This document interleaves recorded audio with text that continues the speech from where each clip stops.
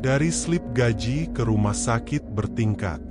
Sejak kecil, saya bercita-cita menjadi penerbang pesawat tempur.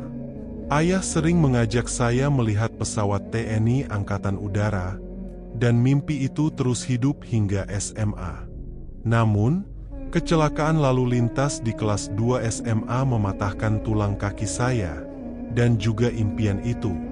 Akhirnya saya beralih ke dunia keperawatan.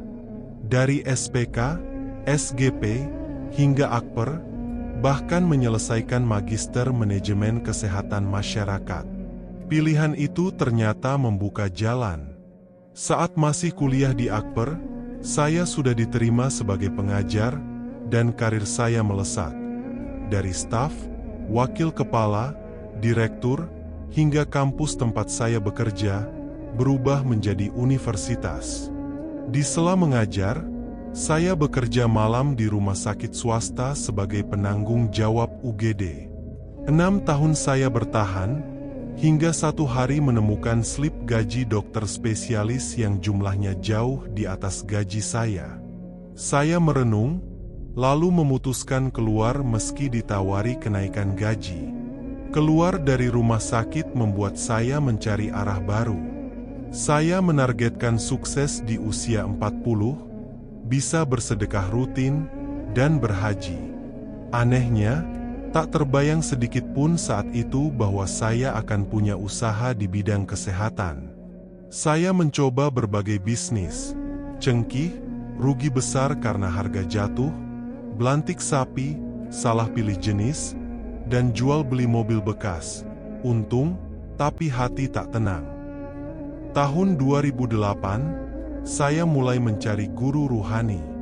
Awalnya dengan berziarah ke makam ulama, mendatangi pesantren, hingga akhirnya bertemu Gus Masar. Beliau memberi amalan, menganjurkan santunan fakir miskin, dan berbuat baik tanpa pandang agama atau etnis. Setelah saya jalani, pada 2009 hingga 2011, orang mulai mengenal saya bisa mengobati penyakit, berawal dari menyembuhkan kakak sendiri. Pasien makin banyak. Awalnya gratis, lalu mereka memberi seikhlasnya. Saya kembali menemui Gus Masar, dan beliau menyarankan mendirikan balai pengobatan dan rumah bersalin bersama istri saya yang seorang bidan. Lokasinya di tepi jalan raya, lengkap dengan ruang periksa dan kamar inap. Klinik itu berkembang pesat, hingga naik kelas menjadi rumah sakit. Perkembangan rumah sakit ini luar biasa. Ada tetangga yang menjual tanah setengah harga, dan bank yang tiba-tiba menawarkan pembiayaan. Kini, saya sedang membangun tower 8 lantai bernilai ratusan miliar, dengan target selesai 18 bulan.